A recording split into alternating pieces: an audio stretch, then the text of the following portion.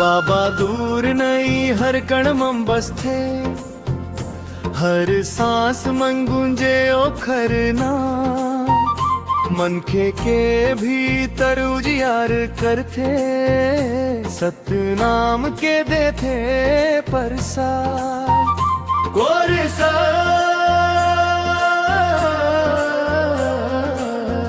ज्ञान के गंगा मन डूब जा भैया, मिट जाही अंधिया।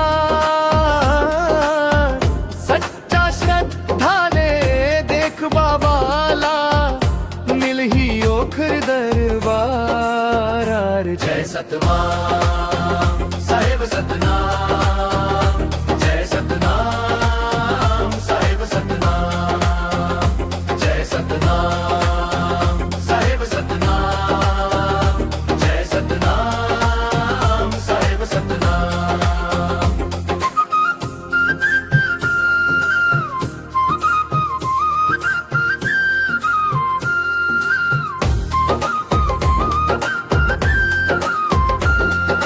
आँखी ले नई भक्ति ले देख, तभे हो ही दर्शन पावा।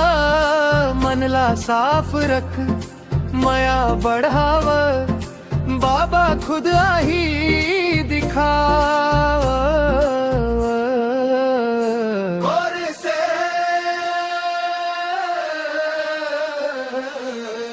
ज्ञान के गंगा बंधु डूब जा भैया, मिट जाही अजियार।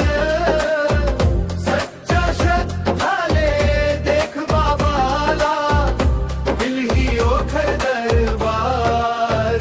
जय सतनाम साहिब सतनाम, जय सतनाम साहिब सतनाम, जय सतनाम साहिब सतनाम, साहिब सतनाम, जय सतनाम साहिब सतनाम, साहिब सतनाम।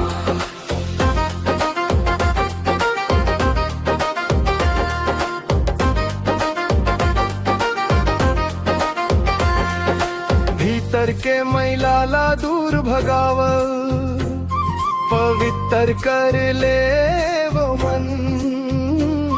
सत्याऊ अहिंसा के बातला मन के, जीवन बन जाही धन, जीवन बन जाही धन। जब मन हो ही निर्मल निर्मल, बाबा खुद मुस्काही।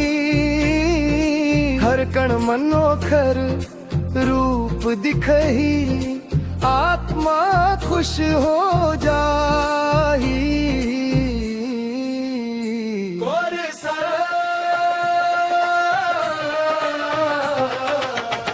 ज्ञान के गंगा वन डूब जा संगी, मिल जाही भगवान।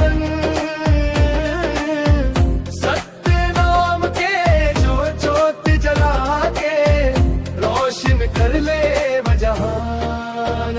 जय सतनाम साहिब सतनाम, जय सतनाम साहिब सतनाम, साहिब सतनाम, जय सतनाम साहिब सतनाम, साहिब सतनाम, जय सतनाम साहिब सतनाम, साहिब सतनाम, जय सतनाम।